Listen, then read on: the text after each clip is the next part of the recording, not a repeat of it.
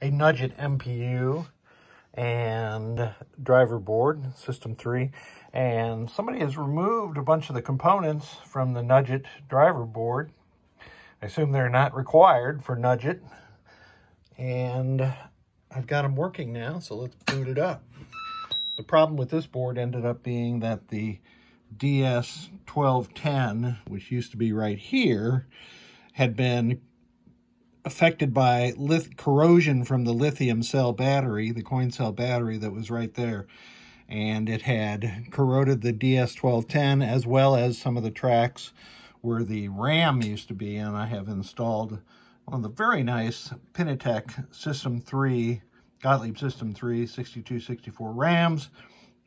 And of course I had to move jumper 3 to jumper 4 to support the 6264 RAM. So I've got it in my disembodied silver slugger, and we can test the game by entering diagnostics.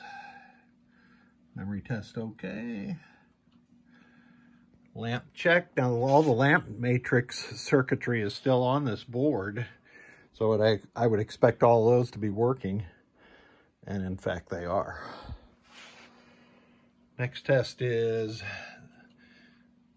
the relay and solenoid test. So since the drive FETs for circuits 1 through 16 here are missing, I wouldn't expect a darn thing to happen if I were to test that. So let me just try it. Nah, nothing's going to happen there.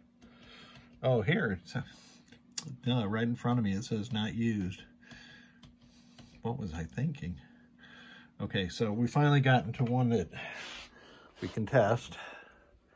And on the silver slugger, it's driving those 2 flash units. Let me step back a little bit. Here's cell 17, 18, 19, 20, 21, 22, 23, Mars light, which is really a GI light in this configuration. Ticket dispenser, I don't have anything connected there.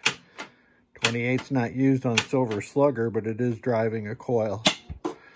Here's a knocker coil on silver slugger and on Nugget, and both of those work.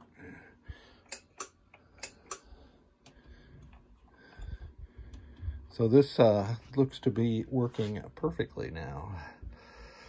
So I'm going to have to test the switch matrix separately.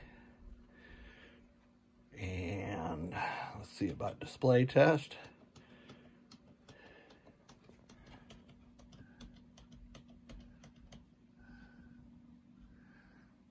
Fortunately, silver slugger used the same style display as Nugget, the dual 20 characters.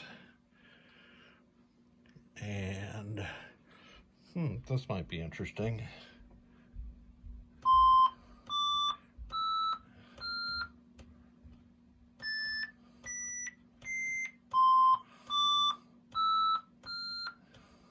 Not that interesting. Those are Nugget sound drives on silver slugger. So it looks like we're good to go. Thanks for sending it. Glad this turned out to be an easy one. One interesting thing that happened, these vias here were corroded with whatever came out of that battery. So I scraped off the top, sanded it a little bit, and as soon as I put my Hakko desoldering iron on top of them, each one of them caused a little micro explosion, sound like about a 10 microfarad cap exploding, a pop, like, or maybe a quarter of a ladyfinger firecracker.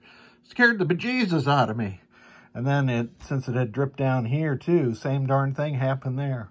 I was fearful that some of the circuitry on the board might have been damaged, but it was all contained apparently to the soldering tip.